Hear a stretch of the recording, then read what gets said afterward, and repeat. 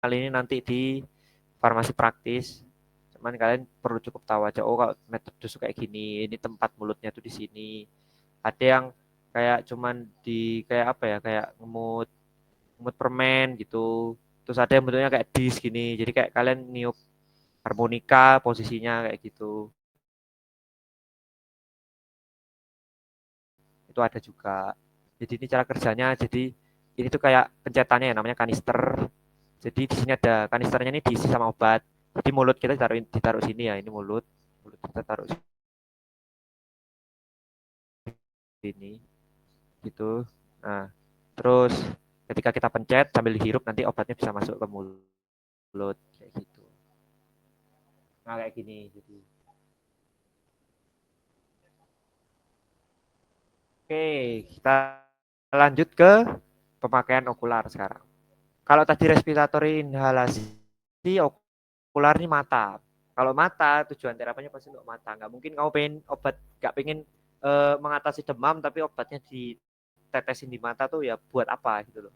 Ya udah minum tablet aja. Jadi rute pemakaian okular tuh ya lokal tujuan utamanya. Nggak ada sistemik tuh nggak ada.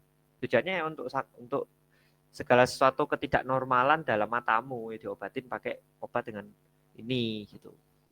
Nah, tantangannya adalah kalau tadi vaskularisasi di paru-paru itu besar, kalau di mata itu absorpsinya kecil. Tapi bukan karena vaskularisasinya. Karena satu, struktur dari mata, kapasitas mata itu terbatas. Nih kan, nih. Dia punya struktur ada epitel, stroma, dan endotel, tapi ini kan punya kapasitas yang kecil. Kapasitasnya kecil.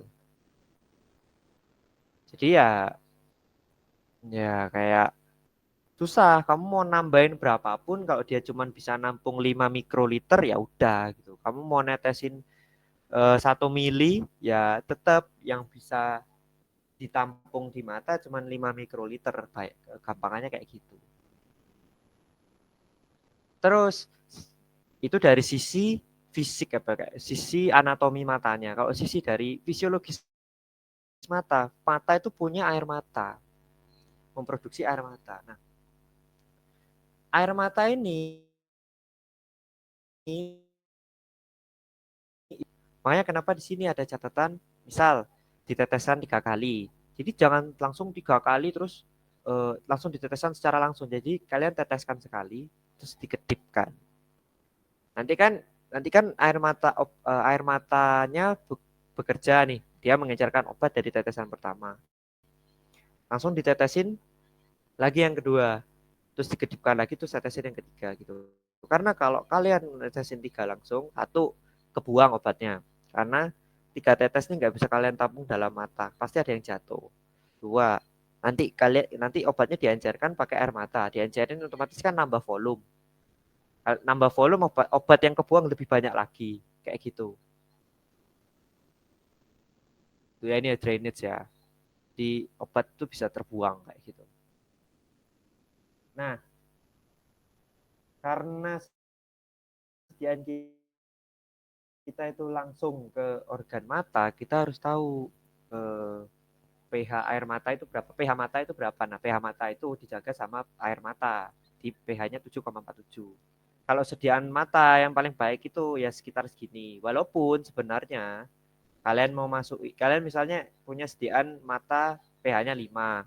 Gak apa-apa, nanti nanti apa ya istilahnya dinetralkan sama ini. Makanya kan ini salah satu pengenceran obat. Jadi pH-nya dibuat naik, buat lebih basah kayak gitu. Terus tonisitas. Tonisitas itu adalah gimana cara menjaga apa ya aku bilang tonisitas itu ya. Cairan yang ada yang kalian teteskan itu eh, dibilang konsentrasi itu bukan konsentrasi ya. Tapi aku bahasakan dengan konsentrasi. Tapi jangan jangan anggap konsentrasi ini konsentrasi obatnya ya. Istilahnya cairan itu punya konsentrasi yang sama kayak eh, cairan di mata. Nggak kental, nggak lebih encer kayak gitu. Ya karena itu kalau kalian tonisitasnya beda pasti salah satu efek di matanya itu nanti perih. Karena beda kayak apa ya?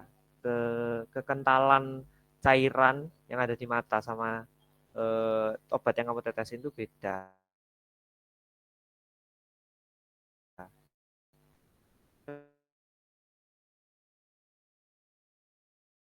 Tonisitasnya cairan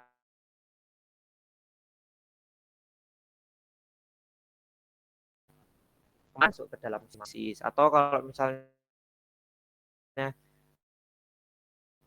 tonisitasnya tinggi, terlalu kental, ya bisa menyebabkan pas ke ya itu ke cairan obatnya kayak gitu. Jadi harus tonisitas itu harus sesuai sama mata.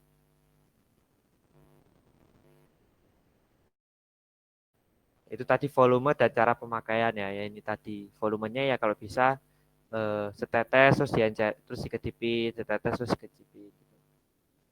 Nah ini struktur dari mata ya. Gitu. Ini apa ini? Nama obat penggunaan terhadap waktu makan ini. Jadi ini nggak tahu kenapa kok nggak ada tabelnya. Jadi waktu makan kan dibagi jadi tiga, ada durante konan, post konam sama apa gitu AC. Jadi AC ini adalah sebelum makan. PC ini adalah setelah makan. DC ini saat makan.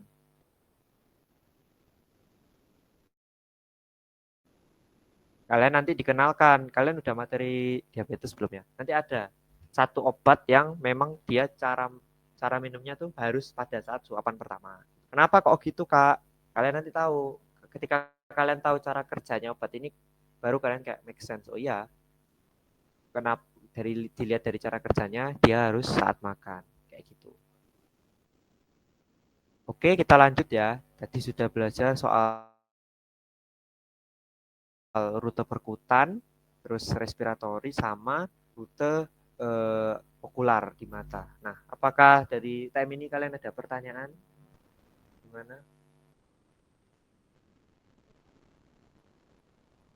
Apakah sudah jelas? Apa ada yang masih dibingungkan?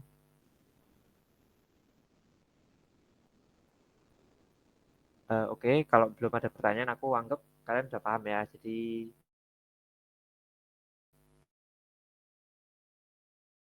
aku lanjut dulu ke TM5. Nah, yang khususnya untuk obat-obat injeksi. Nih. Jadi yang pertama ada intravena. Sesuai namanya ya, intravena. Berarti obat itu langsung masuk ke vena. Nah, kalau kayak yang di PPT kemarin itu kan ada untuk obat-obatan intravena itu harus larutan. Karena ya itu tadi jangan sampai ketika kita menyuntikkan ke darah itu banyak partikel gitu. Jadi bentuknya harus larutan. Nah, intravena sendiri tuh dibagi lagi jadi dua. Ada yang pemberiannya tuh bolus, bolus tuh harusnya langsung suntik langsung. Jadi suntik langsung sampai habis itu, suntik langsung. Ada yang berupa infus. Ya kalian kalau tahu ya mungkin teman-teman infus. Jadi continue sifatnya. Jadi untuk menjaga biasanya itu digunakan untuk menjaga cairan di dalam tubuh. Makanya dibuat apa namanya sekonsisten mungkin gitu, sekontinu mungkin kayak gitu. Rute rute intravena tuh tanpa proses absorpsi karena obat langsung masuk ke darah, langsung ke darah kan, langsung ke darah, langsung ke darah, langsung ke darah. Karena dia tidak ada proses absorpsi, tidak ada proses itu first pass metabolisme, respon kliniknya harusnya cepat. Bisa untuk digunakan untuk terapi asma akut, misalnya itu bisa. Cuman kelemahannya adalah ini, karena dia langsung kerja ini, sebagai kompensasi dari kelebihannya itu, dosis yang kamu berikan itu nggak boleh main-main, harus beneran segitu. Kalau kamu sampai salah dosis saja, dosisnya terlalu besar aja, itu bisa berpengaruh. Mungkin kalau kamu paracetamol ya, kayak harusnya minum satu, tapi kamu nggak sengaja minum dua gitu. Efeknya mungkin nggak terlalu signifikan ya, karena obat tambahan yang kamu minum itu kan juga melalui proses absorpsi dan juga nggak mungkin semuanya juga keserap tubuh. Beda sama intravena. Kalau intravena kan langsung nih ke darah. Jadi jangan main-main soal dosis karena sudah langsung ke darah ini, gitu kan. Jadi dosisnya harus tepat gitu. CP itu bisa diramalkan. Maksudnya apa? Itu nanti kalian belajar di farmakokinetika. Jadi kita bisa meramalkan berapa konsentrasi obat di dalam darah, katakanlah paracetamol ya, berapa PCT yang ada di dalam darah ketika 15 menit setelah saya suntikan. Itu tuh bisa diramalkan. Cuman kalian belajarnya nanti di farmakokinetik. Tuh. Ini injeksi IV bolus 1 sampai 2 menit. Jadi eh, ini tuh termasuk cepat ya, 1 sampai 2 menit. Sorry, 2 sampai 3 menit. Jadi injeksi IV bolus itu nggak boleh dia diinjeksikan secara langsung, tapi nggak boleh langsung yang turut gitu, kayak kalian main apa ya, nyuntik secara langsung tuh ya, kayak mainan jarum terus langsung dituang gitu loh, nggak kayak gitu. Jadi IV bolus, cara pemberian obat yang langsung disuntikan tuh biasanya pelan, paling cepet tuh ya 1 2 sampai 3 menit tok. Jadi diinjeksikan pelan-pelan sampai 2 menit tuh habis gitu. Ya apa caranya? Jadi itu kalau itu tuh kompetensinya perawat sih biasanya. Dia harus bisa menginjeksikan obat 55 mili ini dalam waktu 2 menit gitu. Jadi harus stabil masuknya kayak gitu.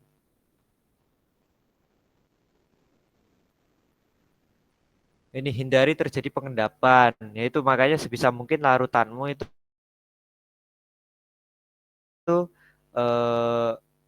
injeksi apa sediaanmu tuh larutan bentuknya. Jangan suspensi. Ntar padatannya ngendap di pembuluh darah nanti nyumbat repot kan gitu. Kemudian ini untuk intravena yang infusi umumnya 24 jam. Ini sesuai untuk obat yang waktu paruhnya pendek, indeks terapinya sempit. Jadi kalian kalau tahu indeks terapi ini kan ada struktur ya, ada gini terus ini kan ada minimum toxic concentration. Kalian pasti udah belajar di fundamental minimum effective concentration. Nah, ini kalau konsentrasinya lebar. Tapi kalau konsentrasinya sempit, bayangin dia cuma punya segini, terus MIC-nya segini. Ya apa cara mempertahankan obat tuh biar dia tuh gini terus gitu kan, biar dia gini terus, gini terus. Paling enggak dia stay di area ini, di indeks terapi ini, yaitu salah satunya dengan dibuat infus. Jadi dibuat dengan sistem yang stabil, yang continue intermittent ya gitu. Contoh obatnya tuh ada ini oksitosin, dopamin, teofilin untuk asma dan lidokain. Nah, ada juga intraarteri. Jadi langsung disuntikan ke arteri, pembuluh darah arteri. Kalau intravena kan di vena, kalau ini langsung di arteri. Sama, karena arteri ya kurang lebih sama kayak vena adalah pembuluh darah, jadi obatnya harus larutan kayak gitu. Cuman enaknya arteri ini adalah dia salah satu kelebihannya adalah langsung ke organ sasaran. Jadi konsentrasinya itu bisa maksimal pada area yang dituju. Gitu. Contohnya ini untuk apa ini? Untuk ini obat-obat kanker itu bisa. Jadi langsung diinjeksikan kayak gitu. Contohnya ini 5 fluorouracil.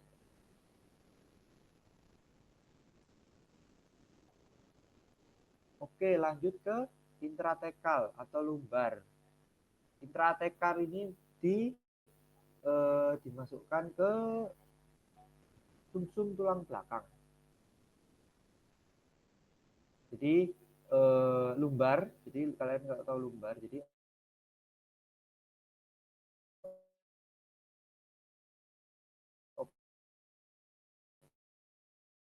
di punggungnya sini ya. Jadi obat itu memang ditujukan untuk masuk ke eh, daerah otak, daerah sistem saraf. Karena kan kalau kalian tahu ya, kalau kalian udah belajar sistem saraf kan berhubungan dengan sumsum tulang belakang kan. Sistem saraf di sini sumsum tulang belakang disambung ke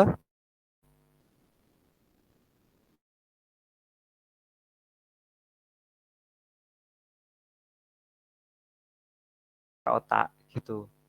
jangan sampai otak.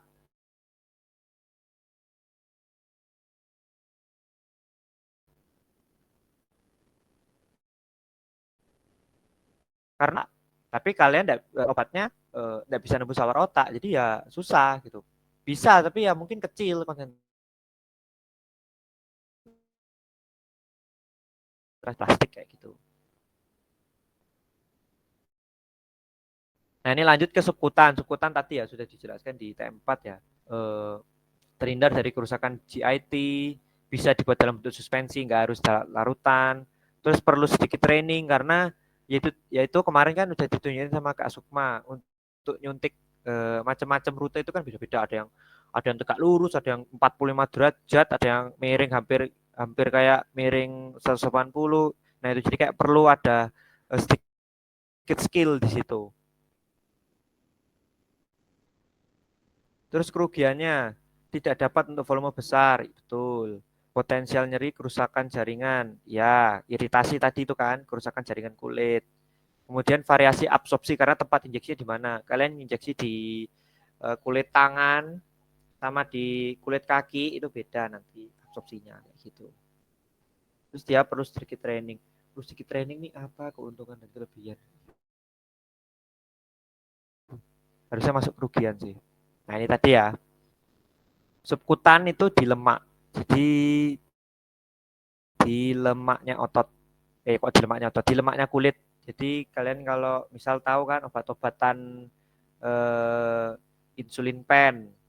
Nah, insulin yang disuntikan biasanya kan di daerah-daerah tertentu yang memang itu merupakan pusat lemak disimpan di dalam tubuh. Misalnya di perut kayak gitu atau di bagian mana ya kalau nggak salah di kaki kalau nggak salah itu ada tuh. Nah, di subkutan itu perfusi darahnya itu nggak sebaik perfusi darah di otot, nanti di intramuskular. Jadi absorpsi obat di subkutan itu lebih lambat dibandingkan di otot nanti. Nah, kalian kan kalau gini kan sudah paham kan kenapa kok perfusi bisa mempengaruhi absorpsi. Kalian bisa lihat penjelasanku yang kemarin di TM berapa itu TM2, TM1, T2. Kenapa kok bisa aliran darah itu mempengaruhi absorpsi? Ternyata itu nggak berlaku di saluran cerna aja, tapi ya di rute-rute lain itu juga berpengaruh kayak gitu. Nah, apa yang mempengaruhi absorpsi? Itu luas area. Luas area lemaknya ini berapa kan semakin gede luas areanya ya semakin baik absorpsinya, gitu kan. Terus ini ada enzim hyaluronidase. Ini salah satu cara untuk meningkatkan absorpsi yang ada di lemak, obat-obat yang melalui rute subkutan. Karena apa? Karena enzim hyaluronidase ini memecah matriks jaringan penghubung yang ada di lemak sehingga penyebar apa ya kayak obatnya itu bisa menyebar lebih luas gitu loh karena dia nggak apa ya namanya nggak terhalang oleh jaringan penghubung ini jadi jaringan penghubungnya ini bisa pecah jadi obatnya lebih luas kemana-mana tuh enak karena penyebaran lebih luas otomatis luas areanya juga besar absorpsinya juga pasti lebih baik. Selain itu bisa bisa dengan cara pemijatan atau pemanasan. Dengan cara dipijat atau dipanasin itu kan juga kadar gula dalam darah ketika diinjeksikan berbeda itu juga beda. Jadi ini menunjukkan kalau tempat injeksi dari subkutan itu juga mempengaruhi nanti absorpsi obat yang terjadi. Nah, ini masuk di intramuskular. Jadi di otot. Ini aku nggak tahu kenapa ini tulisannya di pantat ya, aku nggak paham. Mungkin di bagian pantat tertentu bisa masuk rute intramuskular gitu. Nah, intramuskular ini kalau dibandingin IV itu secara resiko tuh pasti lebih kecil karena kalau intramuskular kan hanya di otot nih, belum nyampe ke pembuluh darah. Terus juga kalau dibandingin subkutan itu rasa sakit terus potensi terjadinya iritasi itu juga kecil kayak gitu. Absorpsinya ya obat masuk ke jaringan otot, kemudian di jaringan otot kan ada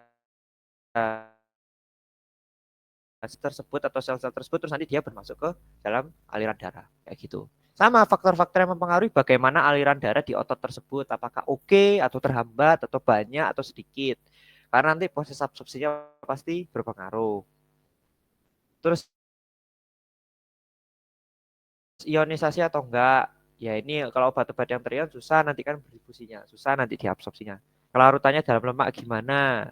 Osmolalitasnya gimana? Itu juga bisa mempengaruhi. Obat lain yang digunakan bersamaan. Ini vasokonstriktor, vasodilator. Kalau kamu pakai vasokonstriktor, aliran darahnya jadi sempit. Karena sempit otomatis kayak pembuluh darahnya jadi kecil kan. Karena kecil otomatis obat yang bisa dibawa oleh aliran darah tersebut ya kecil jadinya. Selangnya cuma kecil. Bayangin kamu punya selang segini sama selang segini, obatnya kan lebih banyak bisa nampung di sini daripada di sini paling cuma 3, di sini bisa bisa 10 bahkan kayak gitu misalnya.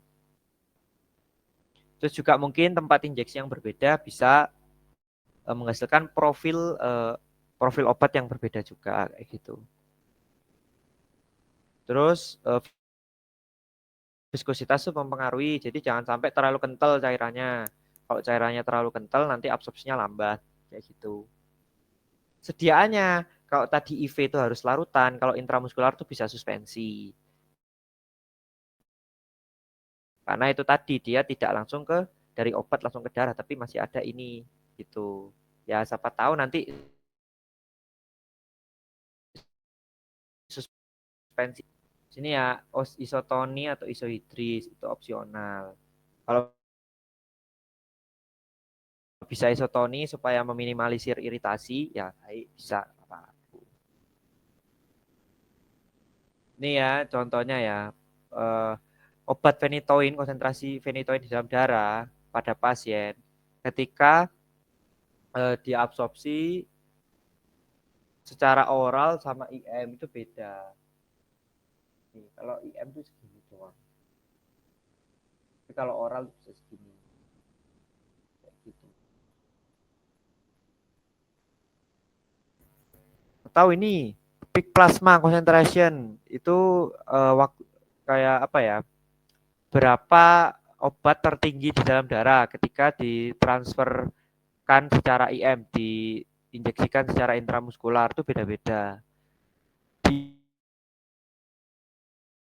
Di otot kan ada banyak tuh deltoid, vastus, gluteus tuh ada banyak. Nah, setiap otot tuh punya kapasitasnya masing-masing. Beda loh, padahal obatnya sama, tapi kalian nyuntiknya di tempat yang berbeda, otomatis konsentrasinya juga beda. Itu pada satu orang yang sama, artinya tidak dipengaruhi oleh faktor lain. Ini belum kalau dipengaruhi oleh faktor lain, contohnya jenis kelamin. Kan ototnya cowok sama ototnya cewek beda. Jadi ototnya cewek mungkin lebih sedikit masa ototnya dibandingin ototnya cowok. Jadi makanya kenapa kalau konsentrasi di perempuan itu lebih kecil dibandingkan yang cowok kayak gitu. Ya ini ya mereview lagi sediaan parenteral tadi atau yang sediaan parenteral ini biasanya ya merujuk pada sediaan steril yaitu intravena, sediaan-sediaan yang lain itu yaitu dan secara tonisitas tadi nih. Jadi jangan sampai larutan obatmu tuh hiper atau hipotonis gitu. Kalau hipo nanti selmu bisa pecah, sel darah. Kalau hiper nanti bisa mengkerut kayak gitu. Sehingga menyebabkan kerusakan. Kayak gitu. Terus pH. pH jangan sampai pH itu menyesuaikan sama pH-nya darah itu berapa. Jangan sampai beda. Kalau beda pasti nanti perih ketika diadministrasikan kayak gitu. Terus bebas mikroorganisme sama bebas pirogen. Intinya apa? Kan kalau ada bakteri dalam darah nanti ya malah jadi infeksi kamu bukan bukan pengen mengobati malah infeksi kayak gitu. Pirogen ini apa? Pirogen ini semacam bangkainya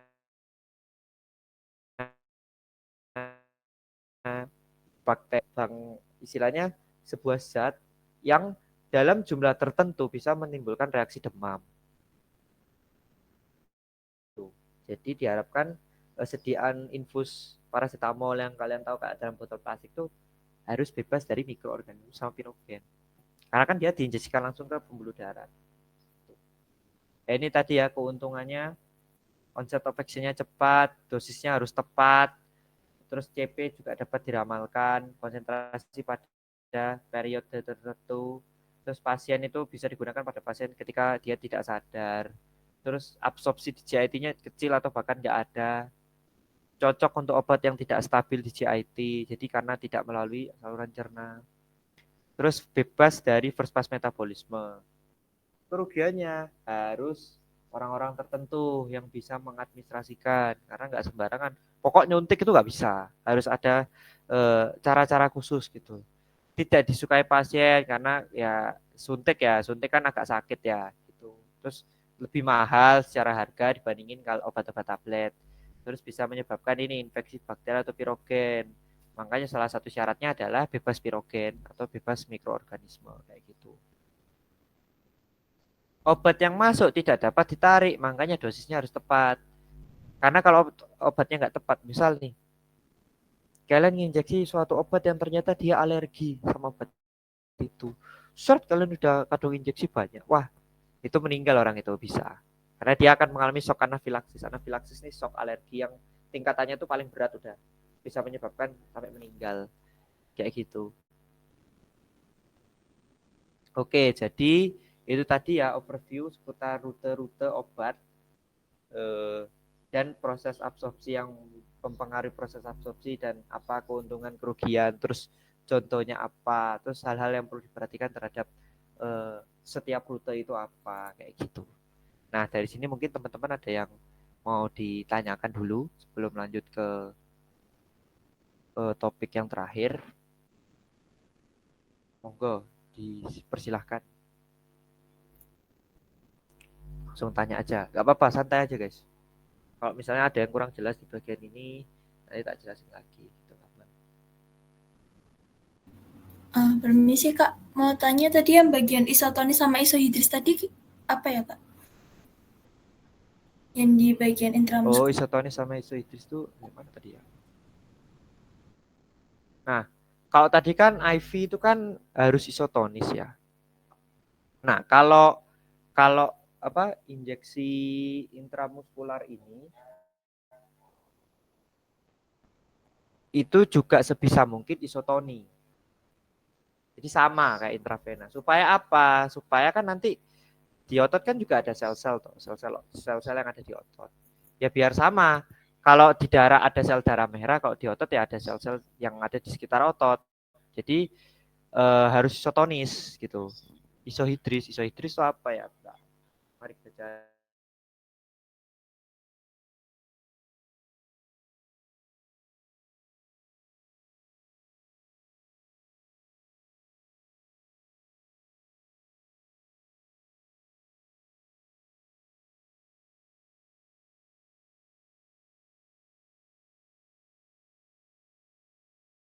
Isotoni itu dia tekanan onkotiknya setara dengan NaCl 0,9% ya.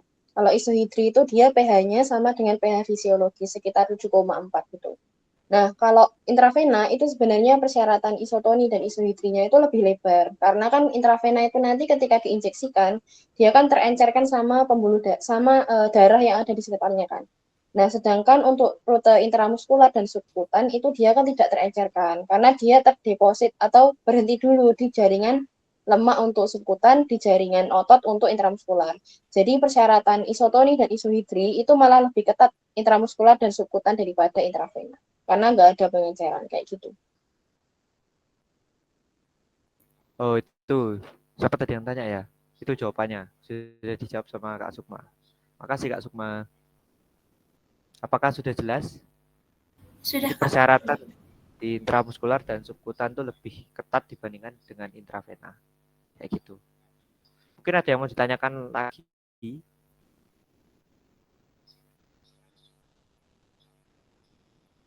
Ada yang masih kurang jelas? Kalau nggak ada mungkin bisa langsung dioper ke Kak Sukma ya materi terakhir ya. Monggo dipersilakan. Oke, terima kasih ya. Jadi ini TM terakhir yaitu TM 6. TM 6 ini kita membahas tadi sebenarnya TM 6 itu lebih ke overview ya dari semua materinya. Jadi tentang bagaimana bentuk sediaan farmasi itu melepaskan bahan aktifnya seperti itu. Ini aku share screen dulu. Nah, jadi untuk TM 6 seperti yang aku bilang, oh ya ini kayaknya belum assessment.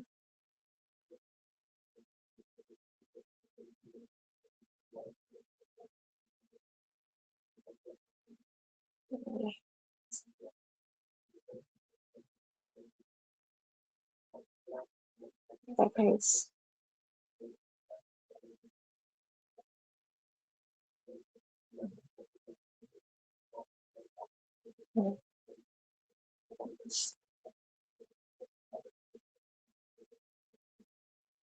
Udah kelihatan belum? Sudah Oke. kelihatan. Nah, TM6 ini membahas biofarmasika, pelepasan obat dari sediaannya. Seperti yang aku bilang kemarin, bahwa suatu tablet, misal ya, tablet paracetamol itu kan isinya nggak cuma paracetamol aja, ada paracetamol dan bahan tambahan atau eksipien.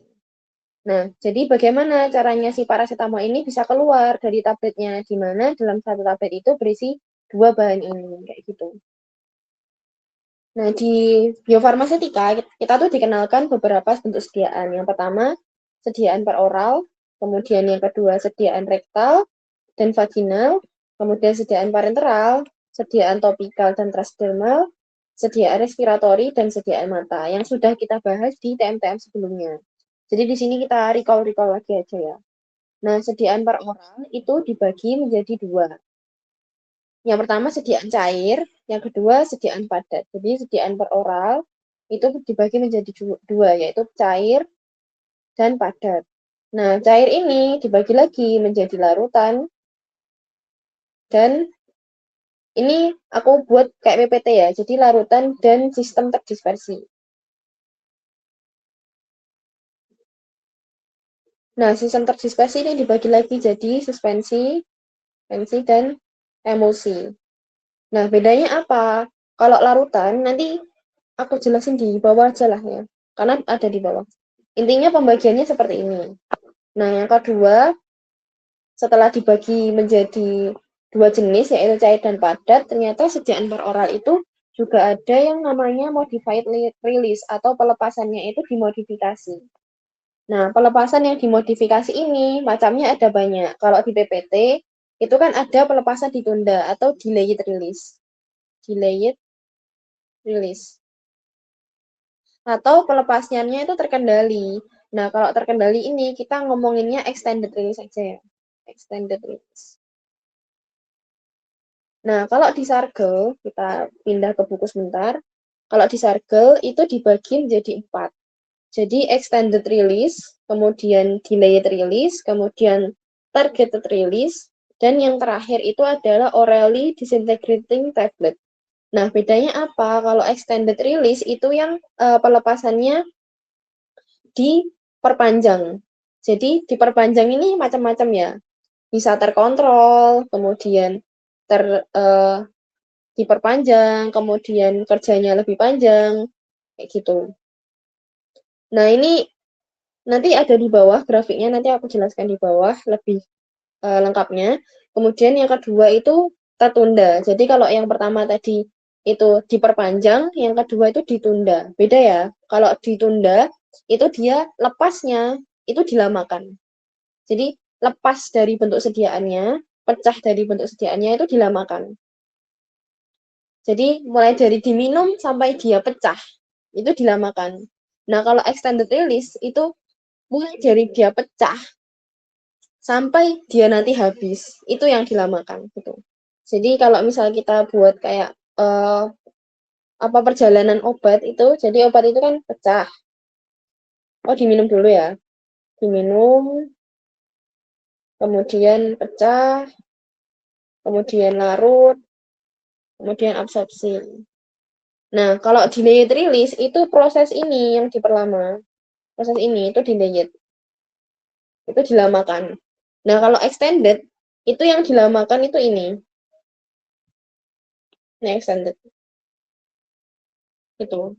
Jadi mulai dia pecah dan larut. Nah, kalau misal pecah dan larutnya lama, otomatis absorpsinya juga akan lama. Oh, ini aku jadiin satu aja. Jadi mulai dari pecah sampai ke absorpsi itu yang dilamakan. Kayak gitu ya. Nah, kalau targeted release itu dia itu dimodifikasi bagaimana caranya obat itu bisa pecah di dekat daerah absorpsi yang diinginkan. Ini kan juga dijelaskan kan.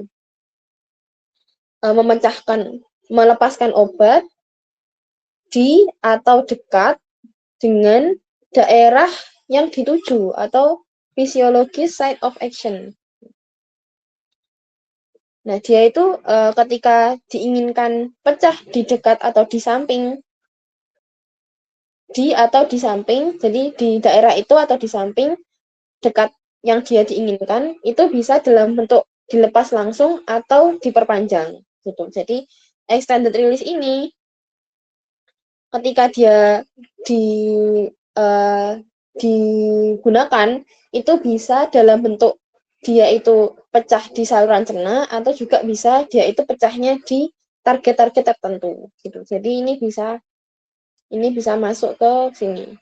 Ini kan extended release. Nah, terus yang keempat, ini orally disintegrating tablets. Artinya apa? Jadi dia itu dimodifikasi bagaimana caranya dia itu bisa pecah secara cepat dengan adanya saliva gitu. Jadi dengan adanya air liur, gimana caranya dia itu bisa pecah dengan cepat gitu, setelah dikonsumsi secara peroral atau diminum. Nah, dia itu bisa karena dia itu diinginkan pecah cepat dengan adanya air liur, dia itu bisa digunakan tanpa adanya air. Karena dengan air liur saja dia bisa pecah gitu. Gitu ya, kalau di Sargel ada 4 jenis ini. Nah, kita balik lagi ke PPT. Jadi tadi kan ada jenisnya, kemudian ada pelepasannya, dan yang ketiga itu ada jenis-jenis sediaan peroral yang tidak diinginkan, yaitu ditelan. Gitu. Apa aja? Itu bukal, sublingual, dan tablet hisap. Nah, bukal itu di belakang pipi, seperti yang dijelaskan tadi kemarin. Kemudian sublingual itu di bawah lidah. Kemudian kalau tablet hisap, itu biasanya efeknya lokal. Biasanya untuk radang kan, efeknya lokal. Jadi, obat-obat ketiga ini itu bisa memberikan efek tanpa ditelan atau tidak perlu ditelan gitu. Justru kalau ditelan itu dia tidak bisa memberikan efek. Nah, selanjutnya setelah sediaan peroral itu ada sediaan rektal dan vaginal, dan sudah dijelaskan sama Tati juga untuk ini. Kemudian sediaan parenteral. Nah, di sini kita ngomongnya tentang sediaan injeksi ya. Sediaan injeksi, kemudian ini aku agak bingung ya dengan PPT-nya. Jadi ini maksudnya kan bukan depot action, itu IV IMST. Nah, harusnya salah guys. Jadi IV IMST itu bisa depot, bisa enggak. Jadi dia itu bisa depot, bisa enggak depot. Tergantung sama sediaannya itu dalam bentuk apa.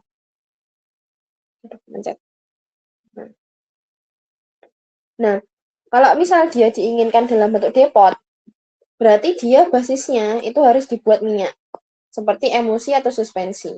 Nah, bisa juga dalam bentuk implan. Dalam bentuk implan itu maksudnya apa, Kak? Jadi implan itu sediaannya nggak cair ya. Jadi sediaannya itu bisa dalam bentuk tablet yang dia sifatnya implan. Kayak susu itu loh. Kalau kalian pernah tahu susu itu kan benda padat yang dimasukkan ke dalam tubuh kan. Nah, proses implan ini sama, bedanya apa? Bedanya kalau susu itu kan dia nggak bisa hancur kan ketika di dalam tubuh. Nah, kalau obat implan itu dia bisa hancur. Jadi, misalnya ini paha, terus implannya dimasukin kan, di bedah, dimasukin ke sini. Nah, obat yang ada di sini itu lama-lama dia itu akan terdisintegrasi, tapi lama. Makanya dia itu depot. Gitu. Nah, yang di implan ini biasanya rutenya intramuskular atau subkutan, jadi di jaringan lemak atau di jaringan otot. Kalau IV itu nggak bisa ya, karena kan tadi IV kan langsung pembuluh darah. Kalau misal kalian kasih benda padat, pasti akan terjadi penyumbatan. Gitu. Jadi makanya IV itu bentuknya biasanya larutan atau nanoemulsi, nggak bisa suspensi. Selanjutnya ada sediaan topikal yang dijelaskan tadi sama transdermal, kemudian respiratori dan mata yang juga udah dijelaskan sama Topi. Nah, ini rute-rute pemakaian dan bentuk sediaannya. Ini sebenarnya kayak apa ya? Overview aja. Yang paling biasanya keluar itu ini. Sediaan mata. Ini bentuknya bisa larutan, salep, dan suspensi. Kemudian ini topikal ini kemarin juga keluar, salep, krim, losio, gel sama patch. Kemudian sama ini sediaan injeksi.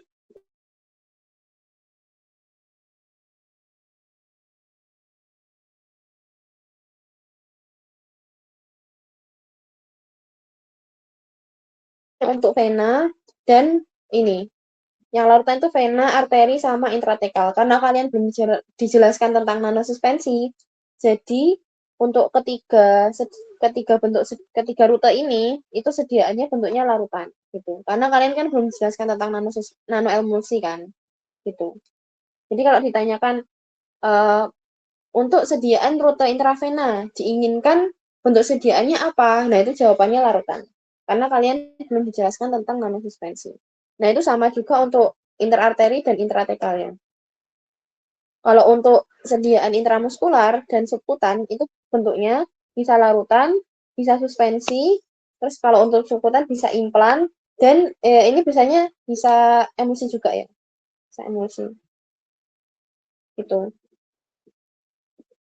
Terus, nah ini yang aku mau jelaskan tentang di awal tadi, yang tentang ini, larutan sama sistem terdispersi. Jadi yang pertama tentang larutan. Nah, larutan itu apa? Larutan itu adalah campuran dari satu atau lebih komponen yang membentuk suatu dispersi molekul. Kata kuncinya adalah dispersi molekul. Dispersi molekul itu artinya, jadi kita bayangkan suatu benda padat itu kan dia berikatan dengan temannya ya. Misal jangan garam deh. Ya garam nggak apa-apa sih. Garam NaCl gitu ya. Kan NaCl, NaCl, NaCl, NaCl gitu kan dalam bentuk garam. Nah, ketika dia dilarutkan dalam air, dia nanti tuh akan pecah kan ini si molekulnya itu Na plus, kemudian Cl min berikatan dengan air, terus Na yang di bawahnya lagi berikatan dengan air, Cl yang di bawahnya lagi berikatan dengan air. Jadi proses dia pecah menjadi bentuk molekul ini dan berikatan dengan air itu disebut dispersi molekular.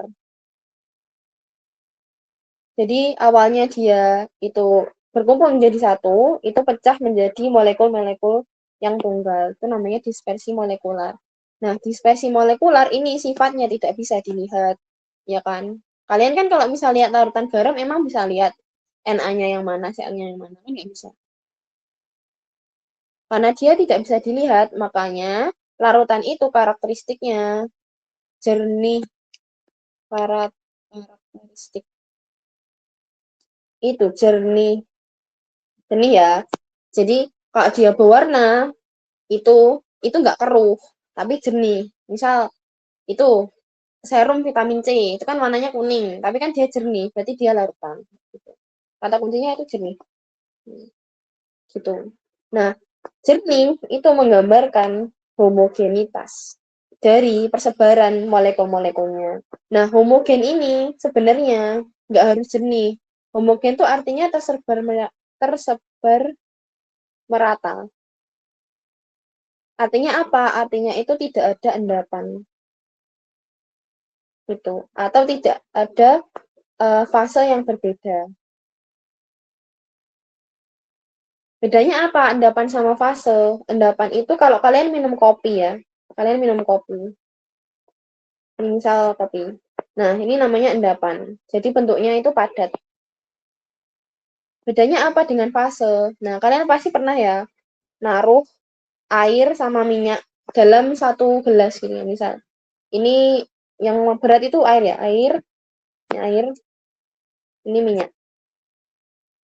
Nah, di antara keduanya itu kan ada pembatas kan, ada garis yang membatasi daerah minyak dan air. Nah, ini artinya dia itu fasenya berbeda. Ada yang namanya perpisahan fase. Nah, ini kedua ini adalah bentuk tidak homogen. Gitu. Karena dia berpisah.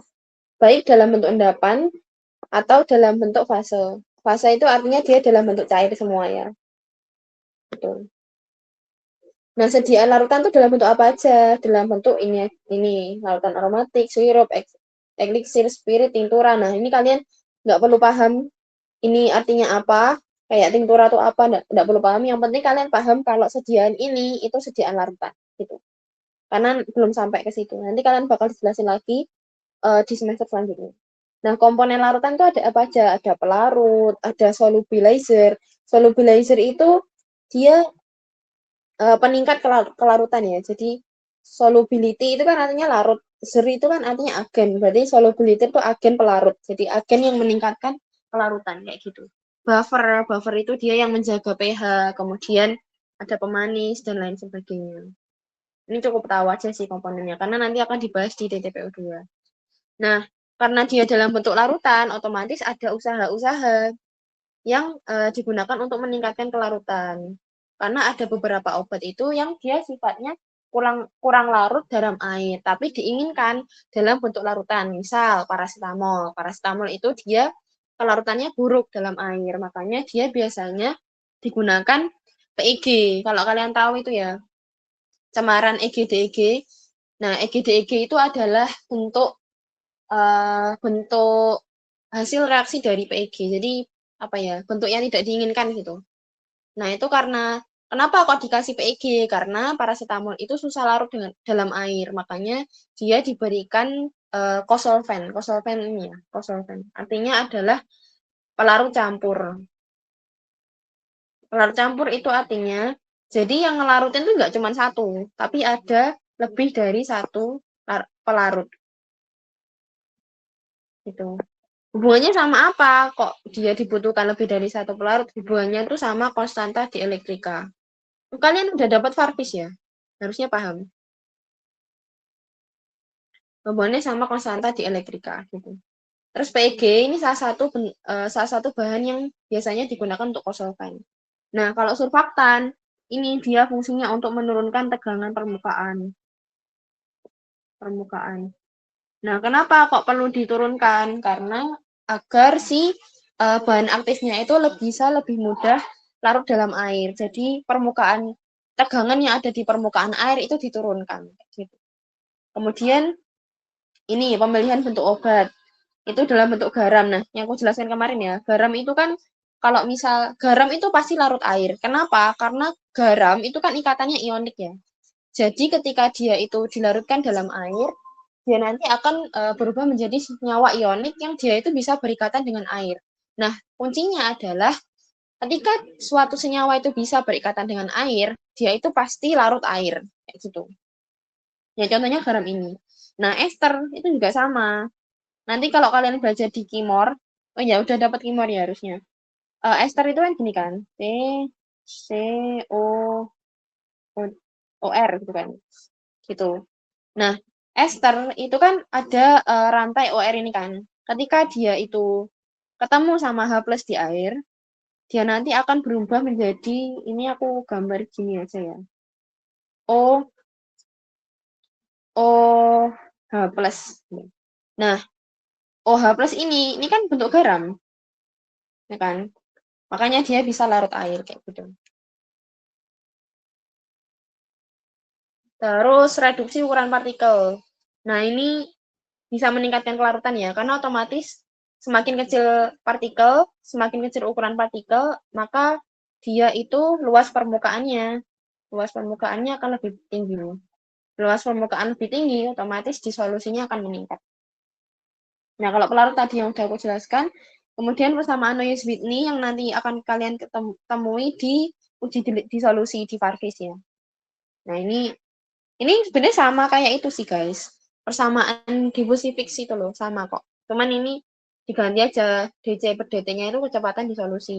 Kemudian sama kok. Ini ketebalan, terus ini konstanta kecepatan diffusi. Kemudian ada surface nih kan yang tadi kenapa kok ketika luas permukaannya naik itu kecepatan disolusinya naik ya karena ini tadi di persamaan Noyes-Whitney tadi.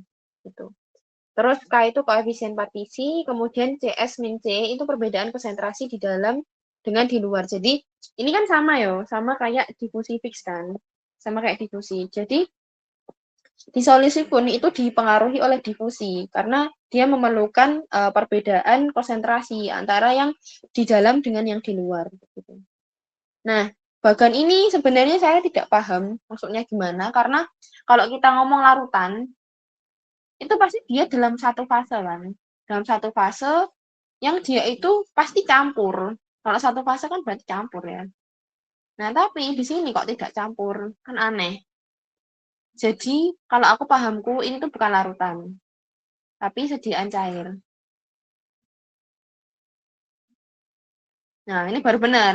Sediaan cair dibagi menjadi dua, campur air sama tidak campur air. Artinya apa?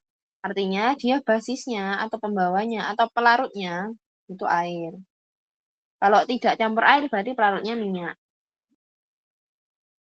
Gitu.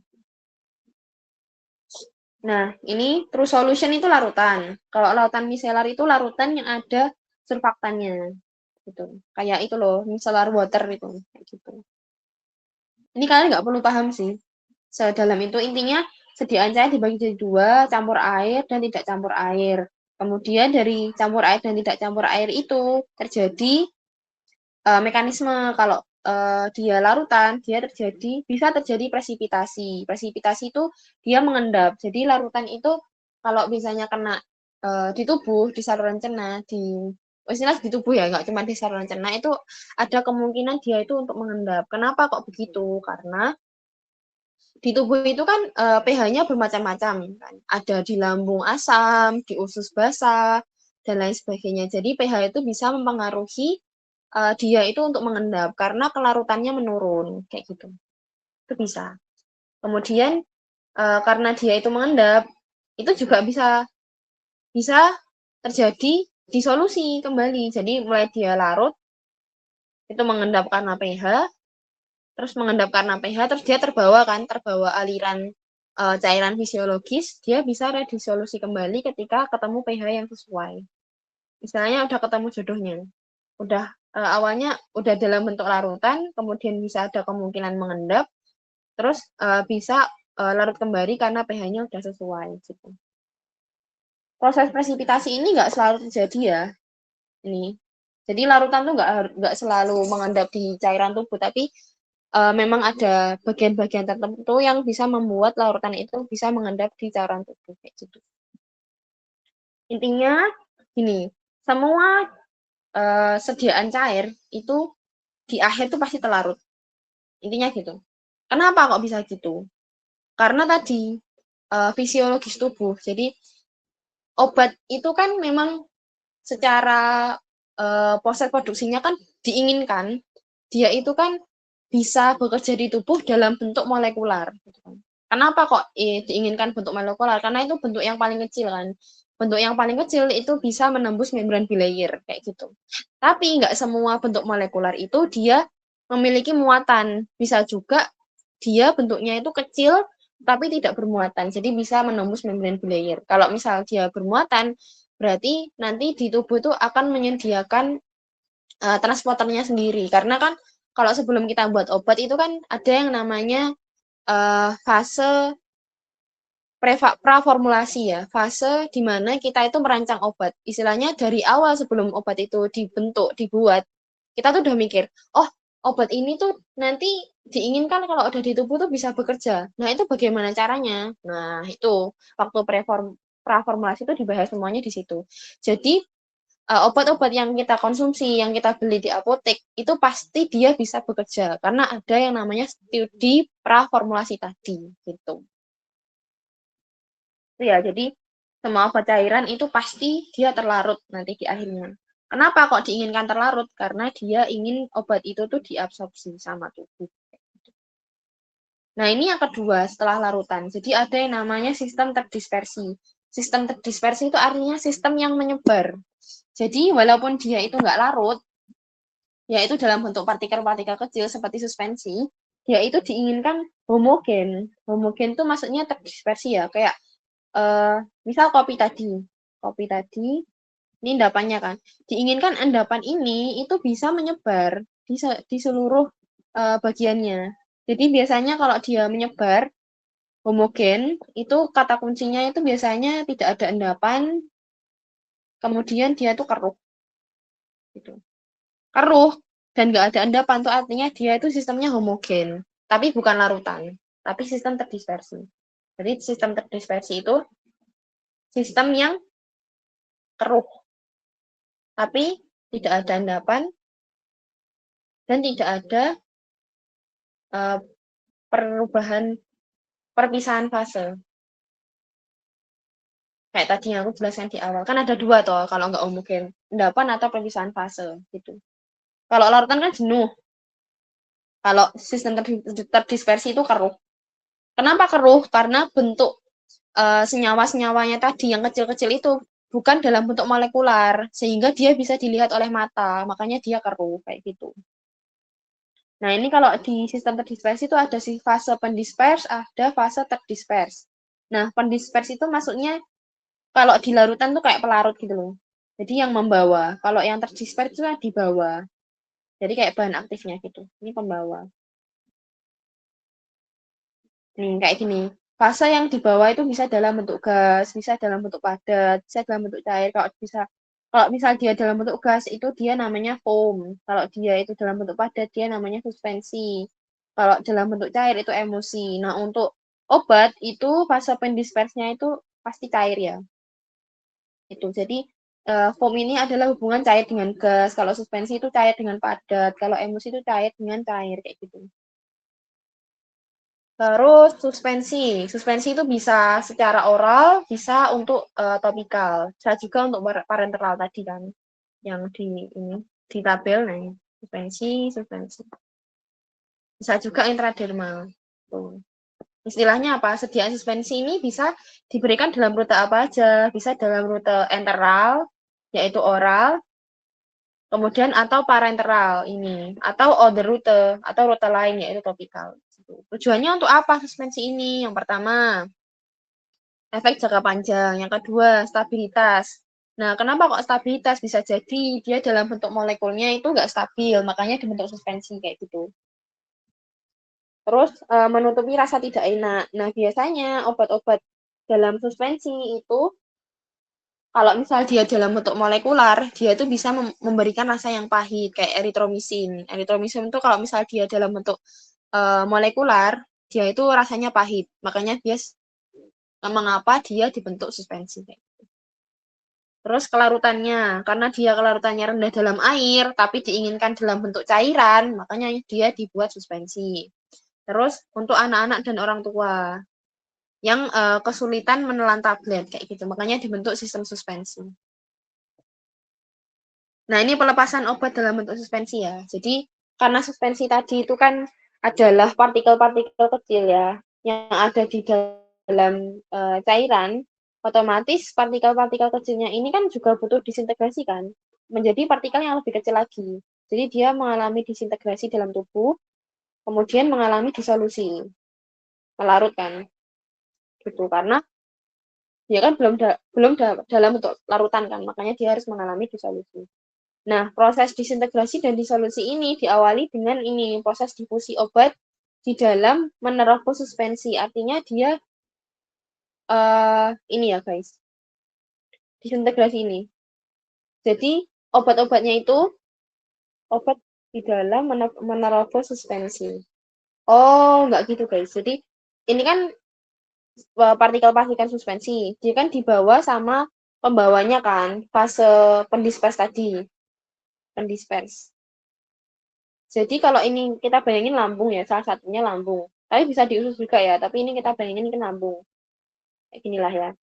Nah, ketika kita minum suspensi, itu kan yang terbawa nggak cuma partikel suspensinya kan, tapi juga ada cairan yang membawa tadi, ya kan. Kayak misal minum obat paracetamol suspensi, itu kan yang kebawa partikel padat-padatnya itu sama cairannya kan, yang membawa dia. Nah, prosesnya itu yang pertama, itu partikel suspensinya tadi itu keluar dari pembawanya, dari sirupnya lah istilahnya gitu, keluar ke cairan yang dia mau diabsorpsi. Bisa cairan lambung, bisa cairan usus kayak gini kan. Nah, setelah dia keluar, ini ya, ini kan udah tersebar tuh, udah keluar kan. Udah keluar. Nah, partikel-partikel kecilnya ini disolusi. Nah, dia udah nggak, oh ya, kalau untuk suspensi itu bisa terjadi disintegrasi, bisa enggak ya, tergantung ukuran partikelnya. Kalau ukuran partikelnya gede, dia itu disintegrasi. Tapi kalau ukuran partikelnya sudah kecil, itu nggak perlu. Gitu. Nah, di sini itu untuk partikel yang kecil, jadi dia langsung disolusi. Jadi partikel-partikel kecil ini itu dia melarut menyatu sama cairan fisiologis gitu. Jadi bentuk molekular, makanya dia bisa diabsorpsi. Gitu. Nah, ini juga udah dijelaskan. Bahan obat suspensi itu terdisolusi secara kena. Nah, disolusi ini dipengaruhi oleh apa aja? Dipengaruhi oleh ini polimof, viskositas, surfaktan, ukuran partikel, gitu ya. Terus nanti setelah terdisolusi bisa diabsorpsi, kan? Bisa diabsorpsi kemudian bisa masuk ke dalam tubuh. Absorpsinya itu dipengaruhi oleh apa aja? Dipengaruhi oleh karakteristik sama surfaktan. Nah, ini suspensi parenteral. Jadi yang untuk injeksi tadi. Yang diinginkan efeknya itu prolong atau memanjang. Nah, biasanya yang suspensi parenteral itu dia basisnya atau pembawanya itu bisa air atau minyak. Nah, dia itu cara kerjanya gimana? Cara kerjanya itu depot. Depot tuh artinya dia itu nongkrong sebentar gitu loh. Nongkrong sebentar di tempat injeksinya. Gitu. Nah, karena dia diinginkan nongkrong, otomatis nggak bisa IV kan? Karena kalau IV kan dia terbawa arus terus, nggak bisa nongkrong. Nah, kalau IM sama SC itu kan bisa, karena di otot sama di lemak. Jadi dia bisa nongkrong sebentar di situ, sebelum dilepaskan. Gitu. Jadi pembawa air dan minyak ini tadi bisa sebagai reservoir, artinya sesuatu yang bisa menahan dia itu untuk nongkrong. Gitu. Agar tidak dilepaskan secara cepat. Itulah istilahnya. Penahan agar dia itu nggak dilepaskan secara cepat. Nah, ini karena ada reservoir, maka pelepasan obatnya itu secara perlahan-lahan. Nah, ini secara kontinu. Begitu. Nah, ini nggak jelaskan ya. Intinya bentuk polimorfisme yang dijelaskan Prof. Dwi di kalian di Farkis tentang struktur kristal itu mempengaruhi kelarutannya. Nah, karena dia mempengaruhi kelarutan, otomatis juga mempengaruhi proses pengendapannya kan. Sehingga dosisnya itu tidak merata kalau misal terjadi pengendapan. Emulsi, ini yang kedua ya, emulsi. Itu ada tipe minyak dalam air atau air dalam minyak. Artinya apa? Jadi gini, kalau minyak dalam air itu yang di luar itu air, yang membawa itu air. Nah, partikel-partikel kecil yang berisi cairan ini isinya adalah minyak. Ini air. Artinya itu minyak dalam air. Kalian harusnya udah tahu ya di Farkis. Kan ada materi emulsi kan. Terus kalau air dalam minyak kebalikannya, berarti yang di dalam ini air, yang di luar ini minyak. Jadi air dalam minyak gitu. Nah, dia itu emulsi bener kan dalam IM dan SC. Jadi bener tadi yang aku bilang di tabel ini ditambah emulsi untuk IM dan SC. Ini memang nggak tahu nih yang buat TPT kok nggak jelas. Jadi bisa IM sama SC ya untuk efek depo tadi, untuk efek nongkrong. Jadi efek nongkrong itu nggak cuman padatan aja yang bisa nongkrong, tapi cairan juga bisa nongkrong gitu. Biasanya kalau misal nongkrongnya tadi itu dikasih lemak ya. Ya tadi, bener. Antara minyaknya di luar atau minyaknya di dalam. Kasih kontinu lemak ini. Jadi lemak itu bisa menjadi penghalang difusi. Karena kan dia sifatnya kental ya, lemak minyak itu. Dan cairan fisiologis itu kan air. Air kan nggak suka sama lemak kan. Jadi proses pelepasannya itu akan lebih lama.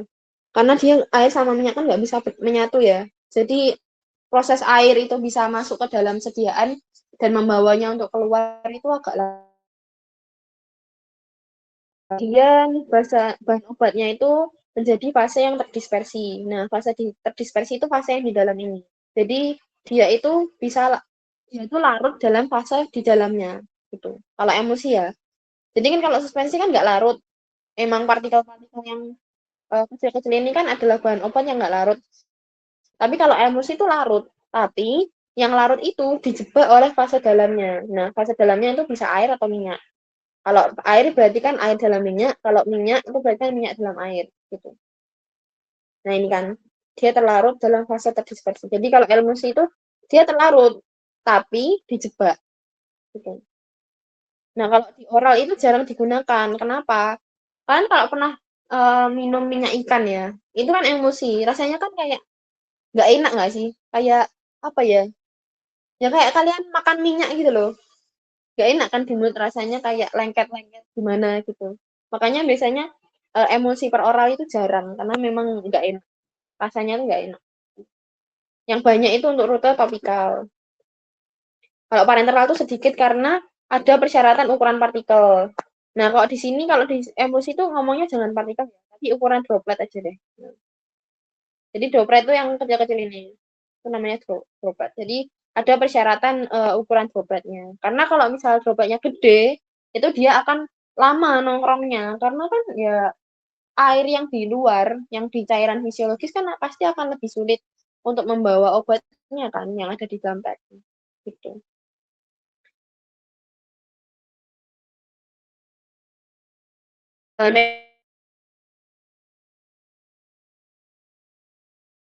Jadi sebenarnya keluar. Jadi yang dari dalam ini bisa keluar. Kemudian, oh ya keluarnya itu masih ke sini ya, sini. Jadi kan obatnya tadi kan terlarut di dalam, jadi keluar dulu, di fase luar. Nah, setelah dia keluar dari fase luar, dia keluar dari bentuk sediaannya. Nih, difusi bahan aktif dari fase luar ke cairan saluran cerna, baru bisa diabsorpsi. Jadi keluar ke sini dulu, baru keluar ke saluran cerna atau ke tubuh. Gitu. Ini sama, jadi suspensi untuk emosi, itu cara pengembangannya. Jadi pengembangan farmasetikanya itu memperhatikan dua hal, yaitu karakteristik obat dan karakteristik bahan tambahan, kayak gitu. Nah, pengembangan farmasetiknya ini mencakup apa aja? Mencakup ini, bentuk sediaannya, kemudian bagian obat yang larut, ukuran partikelnya, tegangan permukaan. Ini nanti kalian bahas di DTPU 2. Jadi nggak perlu paham, yang penting tahu aja, nggak perlu dihafalkan, nggak apa-apa, karena nggak keluar di soal. Kalau keluar di soal, dosennya aneh sih, soalnya ini materi DTP 2. Nah, obat, setelah dibuat obat, ya kan, obatnya diminum, masuk ke saluran cerna, kemudian di saluran cerna itu yang berpengaruh dua hal. Yang pertama, karakteristik bahan obatnya tadi, atau farmasetik, dan karakteristik tubuh kita, atau fisiologis, gitu. Nah, kedua karakteristik ini mempengaruhi disolusi obat. Disolusi obat mempengaruhi absorpsi obat di tubuh, kayak gitu. Karena kan harus bentuk molekul kan. Karena molekul itu kecil, makanya dia bisa diabsorpsi. Nah, ini tablet. Tablet sebenarnya sama ya, tadi disintegrasi, tablet terdisintegrasi, kemudian terdisolusi, kemudian bisa absorpsi. Gitu. Sama sih. Kapsul. Nah, kapsul itu isinya bisa serbuk, bisa granul, bisa pelet, bisa cairan. Jadi kalau kapsul tuh macam-macam. Kalau cairan tuh biasanya ini loh, kapsul minyak ikan. Itu cairan biasanya. Tuh, karena minyak kan nggak enak ya kalau misal diminum langsung, makanya dia dikapsulin. Komposisinya itu bisa bahan obat, vehikulum itu pengisi ya, jadi pengisi kapsul gitu. Kalau misal obatnya cuman 4 miligram terus dikapsulin, yuk sekecil apa itu kapsulnya ya kan? Makanya harus ada pengisinya biar obat yang kecil tadi itu bisa masuk ke kapsul. Itu ada pembawanya. Penuh, biar penuh lah kapsulnya. Sama cangkang kapsul. Kemudian pelepasan obatnya. Nah, ini disintegrasi dari kapsul itu yang pecah adalah cangkang ya. Disintegrasi. Nah, ini waktu untuk pecahnya tadi. Nah, ini tergantung isinya. Kalau isinya tadi ini granul atau pelet pasti lebih lama daripada yang cairan. Faktor-faktornya apa? pH, interaksi cangkang dengan isi.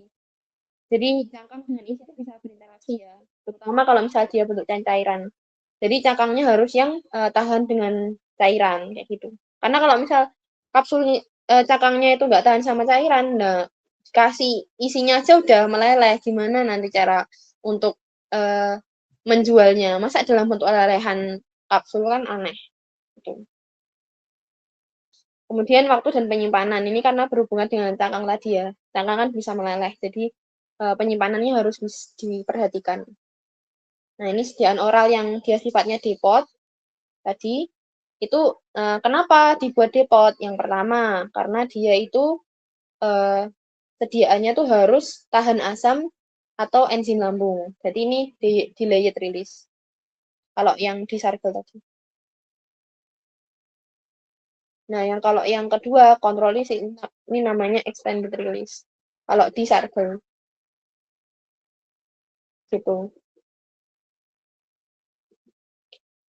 Dari iritasi lambung, obat inaktif untuk terapi daerah usus kayak gitu ya.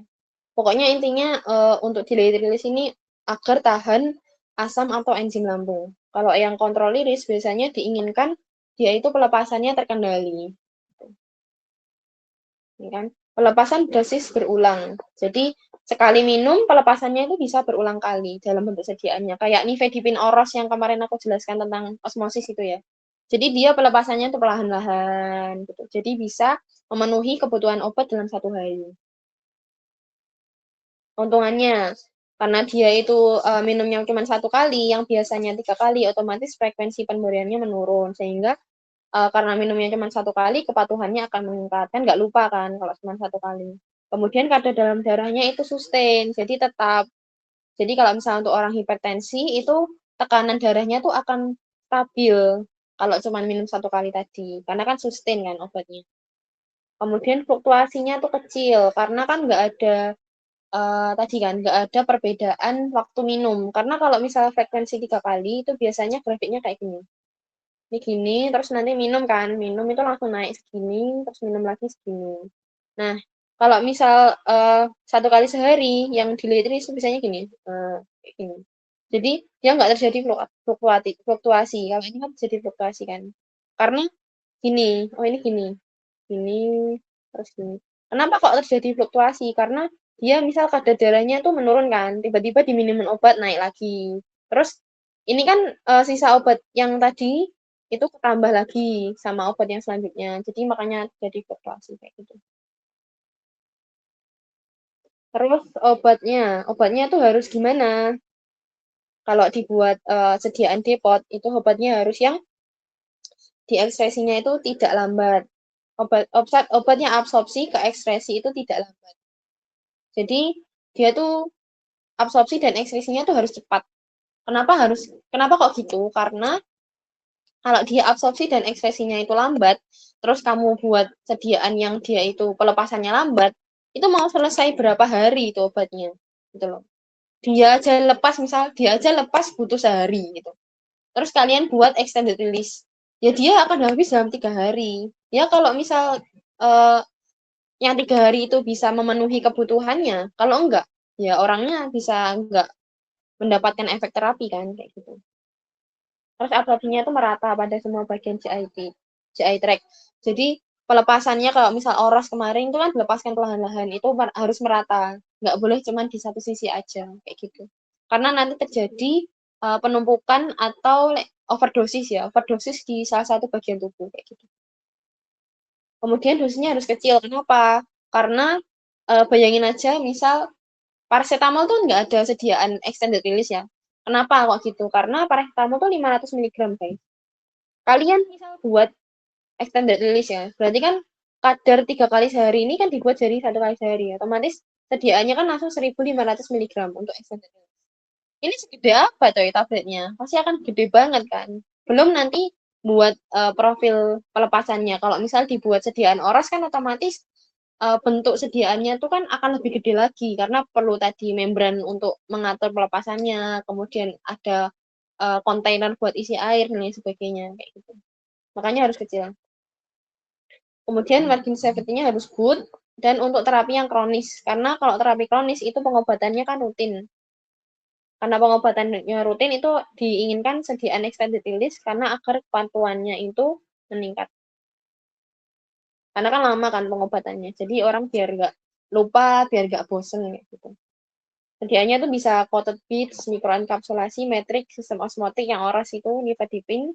Kemudian ion exchange ini nggak perlu paham, karena ini termasuk DDS atau drug delivery system, dan kalian belum bahas ini. Gitu. Kayak cukup tahu aja lah. Mekanisme pelepasan kontrol iris atau sistem iris. Nah, ini disolusinya itu ditentukan oleh kecepatan melarut dengan polimer. Intinya gini, kayak oros, jangan oros deh. Pokoknya ini ada pembawa gitu ya, terus isinya obat. Nah, dia itu kalau misal mau keluar obatnya, itu kan harus melarut dengan pembawanya tadi kan, dengan yang di luar ini kan, pembungkus yang di luar. Nah, makanya pelepasannya dia itu tergantung sama pembungkusnya ini. Pembungkusnya ini bisa larut dengan cepat atau enggak gitu. Kalau misal dia bisa larut dengan cepat, ya otomatis efeknya bisa cepat. Kalau misal larutnya lama, otomatis efeknya bisa lama. Nah, itu bisa menyebabkan delayed release tadi. Tuh. Ini cukup tahu aja, yang penting pelepasan obat itu ditentukan oleh pelarutan polimer. Kalau ini cukup tahu aja. Kemudian difusi. Difusinya itu pelepasan obat melalui difusi kan ke sawar membran. Ini maksudnya gimana? Polimer tidak larut. Oh, nggak paham ya aku. Ini maksudnya apa? Pokok intinya kalau difusi itu dia dari difusi menuju ke membran permeabilitas tadi. Ya kayak kemarin membran layer ini nggak tahu gimana maksudnya. Ini cukup tahu juga karena nggak mungkin keluar kan reservoir device-nya apa. Kemudian jadi mekanismenya tuh bisa disolusi aja, bisa difusi aja, atau disolusi dan difusi. Biasanya kalau disolusi aja, berarti dia itu cuman pelarutan polimer. Jadi pembungkusnya itu aja yang larut. Jadi obat yang ada di dalamnya ini sudah dalam bentuk larutan. Kayak kapsul yang berisi cairan tadi. Jadi itu mekanismenya itu disolusi doang. Nah, kalau difusi itu hanya proses dia lewat ke membrannya. Jadi ya udah cairan doang. Jadi kayak emulsi itu. Bukan emulsi ya. Ya pokoknya kalau kita bayangin cuman kayak bentuk cairan terus tinggal difusi aja ke membran gitu. Kalau disolusi dan difusi ini aku belum pernah tahu ya, difusi itu kayak gimana bentuk sediaannya. Kalau yang cuma difusi doang. Kalau disolusi dan difusi itu ya kayak bentuk sediaan seperti biasa, berarti dia harus larut dulu. Jadi dalam bentuk partikel-partikel tadi harus larut dulu, kemudian setelah larut itu bisa terabsorpsi. Biasanya yang paling banyak ini, yang nomor 3 ini. Terus tekanan osmosis ini yang oros itu tadi, sama kompleks ion exchange. Ini kalian bisa lihat di Google, dan ini kayaknya cukup tahu aja. Yang perlu kalian pahami adalah mekanismenya ini ada apa aja. Oh, ada disolusi aja, ada difusi aja, ada disolusi dan difusi, kemudian ada osmosis, sama ada ion exchange. Udah, itu menurutku udah cukup. Kalian udah tahu itu udah cukup. Terus istilah-istilah di perdagangan, jadi sediaan-sediaan obat yang dia itu efeknya depot, itu nama-namanya biasanya di belakangnya ada nama-nama ini. Ya misal, adalat oros, berarti dia oral osmotik. Terus adalat retard, berarti dia repeat release gitu kan.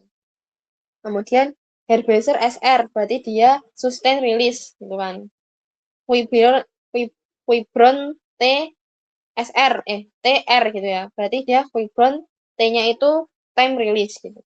Kayak gitu. Biasanya ada nama XR, ada nama SR, ada TR di belakang. Nanti kalau varnish ketemu. Nah, ini profil-profil pelepasannya. Kalau immediate release itu dia langsung lepas dan langsung dieliminasi. Kalau delayed release, dia itu lama dulu, belum pecah, terus baru pecah. Gitu. Jadi DR ini adalah bentuknya bentuk ini, puncaknya itu sama, cuman dia itu jadi gunungnya itu tertunda dulu. Karena kan proses pecahnya itu harus diususkan. Makanya dia tertunda dulu beberapa waktu, baru dia bisa memberikan puncak kayak gitu. Nah, kalau ini repeated release, ini kayak orang minum obat 3 kali sehari. Kalau ini prolong release diperpanjang, kalau ini extended release. Jadi beda ya, prolong release sama extended release. Kalau di Indonesia kan sama-sama diperpanjang, tapi profilnya itu beda. Kalau extended itu dia lebih lama. Dia lebih lama. Kalau prolong itu lebih cepat. Jadi kalau immediate itu, kalau misal dibandingin sama prolong, itu lebih panjang. Tapi prolong itu lebih panjang daripada, extended itu lebih panjang dari prolong. Nah, ada lagi yang lebih panjang, itu kontrol atau sustain. Kalau di Indonesia kan diperpanjang semua sih. Cuman kalau pakai bahasa Inggris itu artinya beda. Kalau sustain itu kan berarti dipertahankan gitu kan. Dipertahankan. Makanya dia stagnan terus. Karena dipertahankan. Aduh, kepencet guys, sorry.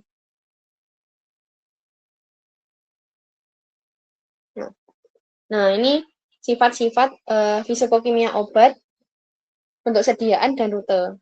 Hubungan fisikokimia, bentuk sediaan dan rutenya. Nah, ini gimana cara menentukan obat itu? Jadi tadi yang aku bilang studi praformulasi. Jadi apa sih yang perlu dipertimbangkan sebelum kita itu membuat suatu obat? Terutama kalau misal untuk obat yang dia tuh pelepasannya termodifikasi. Nah, yang perlu dipertimbangkan itu adalah onset of action-nya atau mulai kerjanya itu diinginkan segera atau enggak. Kemudian lamanya itu pengen sustain atau enggak. Kemudian sifat fisikokimianya itu kayak gimana. Aduh, kemudian lagi ya Allah guys. Sorry ya.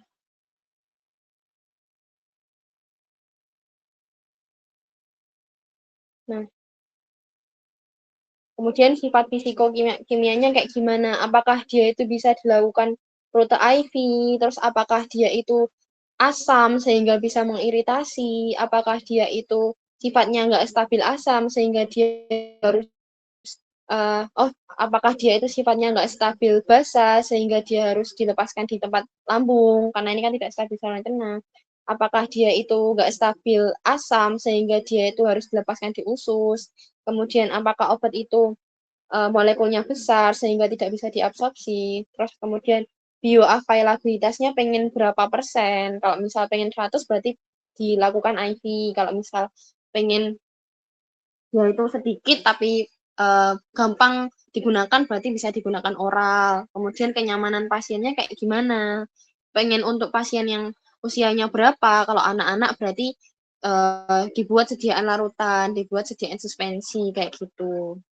Nah, hal-hal ini yang mempengaruhi gimana. Jadi keputusan yang kalian ambil dari aspek-aspek ini itu akan mempengaruhi desain dan rute yang akan kalian buat. Udah selesai. Ini nanti kalian pelajari lebih lengkapnya yang bagian ini tuh di DTPO ya. Ada yang ditanyakan?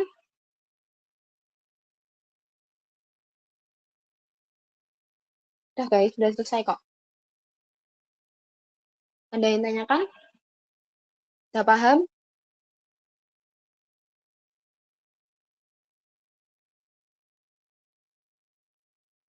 Oke. Alhamdulillah. Kalau misal nggak ada yang tanyakan, nanti bisa tanya lagi ke grup ya kalau misal kalian ada pertanyaan. Atau mungkin nanti kan, oh iya, Toti masih ada nggak ya? Ada soal yang belum dibahas. Oh ya, mau dibahas sekarang Gimana? nih? Oh iya, boleh. Cuman 2 soal doang kan? Bentar,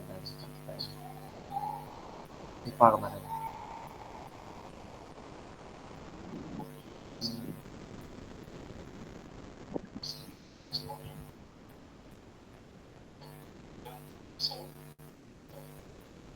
Share screen dulu. Bentar ya guys, kayaknya cuma 2 soal doang deh.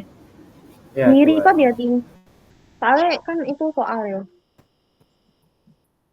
Oh bisa kan? Aku soalnya share screen. Aku ntar. Weh, aku recordnya deh. Tab itu. Laptopku tak ngisi. Ya apa? Tak record di tab ta? Nggak usah, nggak usah. Bisa? Nggak tahu sih. Bentar. Hah? Gimana? Cek, bentar, bentar. Ya.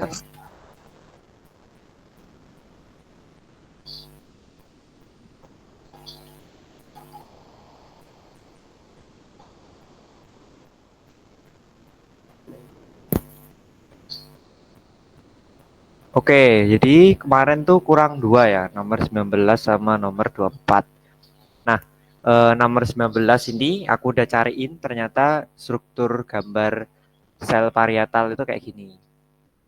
Jadi, pernyataan berikut berlaku untuk sekresi HCl pada lambung. Jadi, nomor 1 ini tetap benar terjadi pada sel parietal karena memang sel parietal lambung itu yang tugasnya untuk mensekresi asam lambung. Nah, sekarang tinggal nomor 2, nomor 3, nomor 4. Nah, kalau kita lihat di sini, dipengaruhi oleh simport H+ dan Cl-, itu salah. Harusnya antiport. Jadi itu aku jelasin dulu singkat gimana sih cara sel parietal ini mensekresi asam lambung. Jadi bahan bakunya asam asam lambung itu sebenarnya dari karbon dioksida sama air. Jadi dari sini. Nah, dari sini oleh enzim karbonik anhidrase itu akan mengubah CO2 dan H2O menjadi asam karbonat H2CO3. Yang nanti akan direaksikan lebih lanjut dipecah jadi H+ dan ion HCO3-. Nah, H+ yang di sini itu yang jadi bahan baku untuk pembuatan asam lambung HCl. Nah, dalam pembuatan H+ ini, dalam dia mengsekresi H+, dia itu melalui ini ion channel K plus H plus ATPase. Jadi dia tuh antiport ya. Jadi ketika H plusnya keluar, itu K plusnya masuk. Kemudian kan ceritanya ini kalau kamu mau memproduksi HCl kan H plusnya sama HCO3-nya kan berarti terproduksi terus kan di dalam sel. Sedangkan H plusnya ini memang dikeluarkan memang untuk produksi asam lambung. Terus HCO3-nya ini gimana? Nah, ion karbonat ini kan nggak boleh istilahnya kalau nggak ada yang ngeluarin ini ntar terakumulasi banyak HCO3 di sini banyak. Makanya dia harus dikeluarkan melalui ion channel ini. Kemudian sebagai kompensasi HCO3-nya itu keluar, Cl-nya masuk. Nah, Cl- yang masuk ini itu nanti kan masuk ke sel. Nanti dia dikeluarkan lewat sini untuk digabung dengan H plus tadi sehingga membentuk HCl kayak gitu. Ini membentuk HCl kayak gitu. Jadi nomor 2 itu salah karena harusnya bukan simport tapi antiport. Kayak gitu. Karena kan antiport tadi yang satunya masuk, satunya keluar. Kemudian ini dipengaruhi oleh antiport Na+ dan K+ itu benar. Jadi ini ya. Jadi kenapa kok benar? Karena apa sih tugasnya ATP Na+ nih K+ ini selain jadi gini, ketika kalium masuk itu harus diiringi dengan Na+ yang keluar. Kenapa Na+-nya itu keluar? Untuk menjaga gradien konsentrasi Na yang ada di darah dan ada di sel supaya tetap supaya tetap ada gradien konsentrasi. Jadi kan kemarin Kak Supwan jelasin kalau gradien konsentrasi itu kan sumber energi. Saat ini keluar itu menyebabkan gradien konsentrasi. Sehingga sel ini tuh menjadi hidup gitu loh. Ada energi di situ yang menyebabkan dia bisa ini memproduksi ini terus dia mengeluarkan HCO3-, Cl-nya bisa masuk seperti itu. Supaya sel ini tetap bekerja. Jadi di situ untuk menjaga keseimbangan sel lah intinya gitu. Jadi benar nomor 3. Nah, untuk nomor 4 yang dipengaruhi difusi H+. Sebenarnya kalau dibilang yang dimaksud di sini tuh H+ aja atau gimana itu aku kurang tahu. Tapi kalau yang dimaksud adalah H+ saja itu enggak. Karena H+ ini bukan difusi tapi transport aktif nih. Kalian lihat ini kan butuh ATP toh. Jadi enggak ada ceritanya kayak gini. Yang difusi itu harusnya Cl-nya bukan H+-nya. Kayak gitu. Jadi 3 kayak gitu. Oke, terus lanjut nomor satunya itu nomor 24.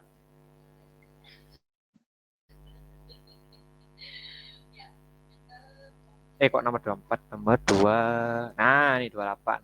Nah, ayo kita recall materi kemarin tentang aliran darah.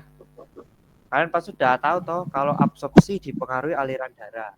Nah, sekarang hal yang dapat menurunkan absorpsi itu gimana? Peningkatan pH lambung tuh iya, pH lambung jadi basah. Terus peningkatan GT itu sudah jelas kemarin, jadi sehingga makanan atau obat itu lebih lama masuk ke usus karena waktu pengosongan lambungnya juga lama.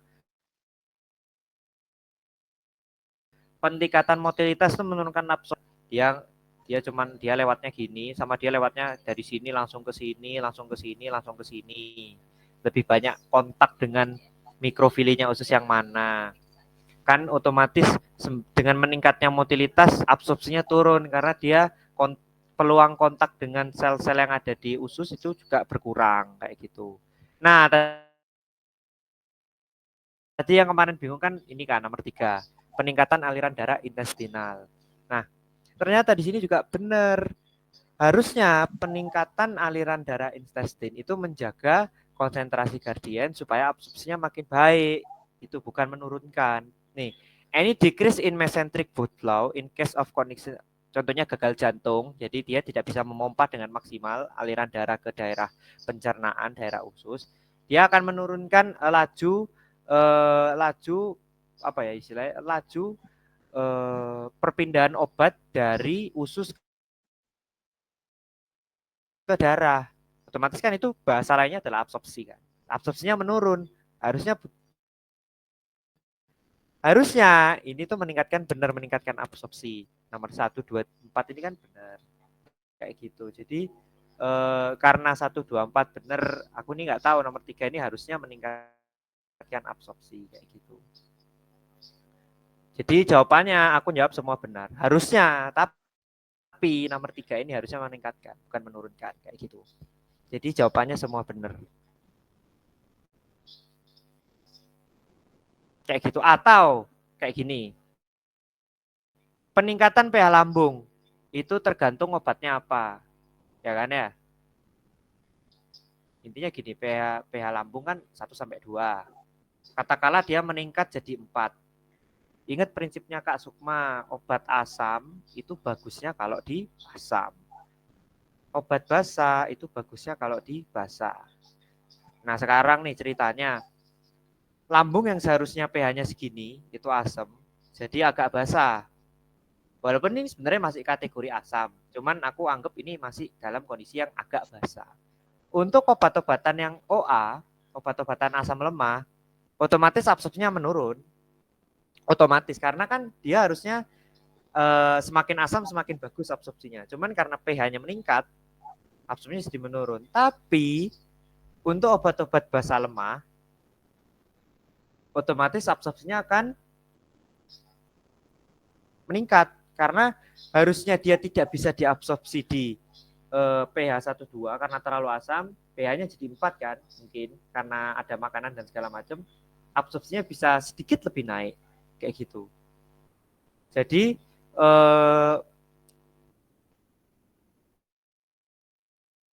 kalau mau yang pasti ya, ini kondisi yang dapat menurunkan absorpsi per oral tidak tergantung obat apa, tidak tergantung obatnya itu apa, itu 2 sama 4. Ya, aku boleh masuk nggak? Boleh.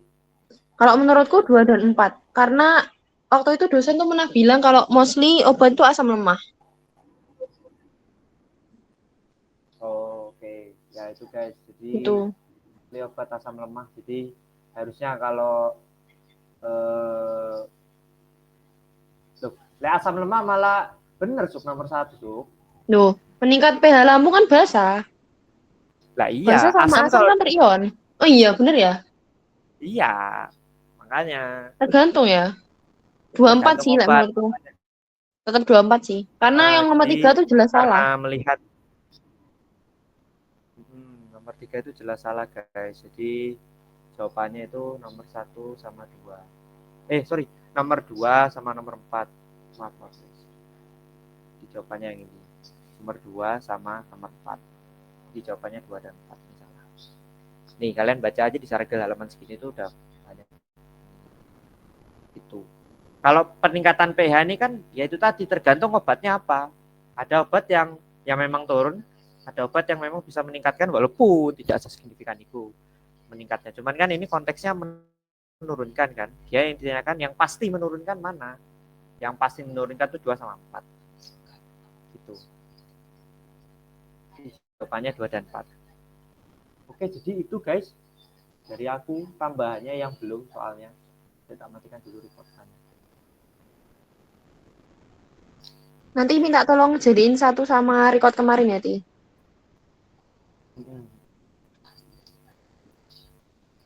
Nah, jadi itu guys dari aku, tak kembalikan lagi ke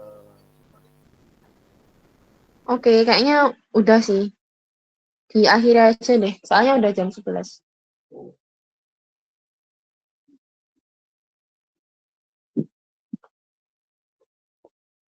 Oke, tes ya.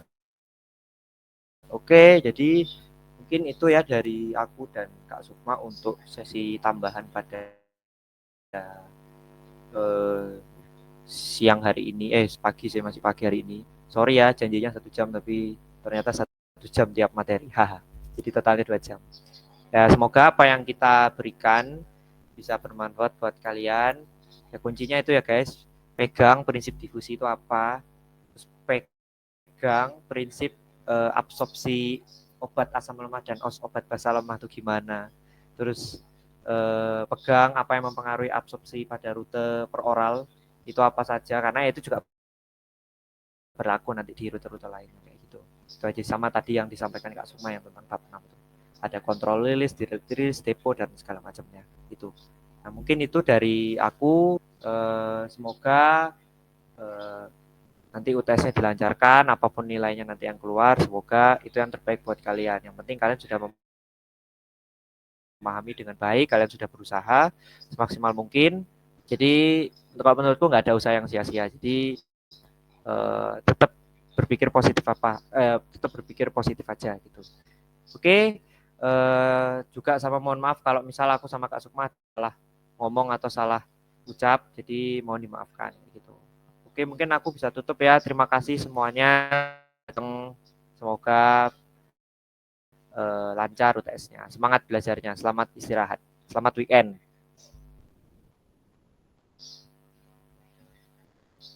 Terima kasih guys. Ya, Kak. Terima kasih, Kak. Terima kasih ya guys.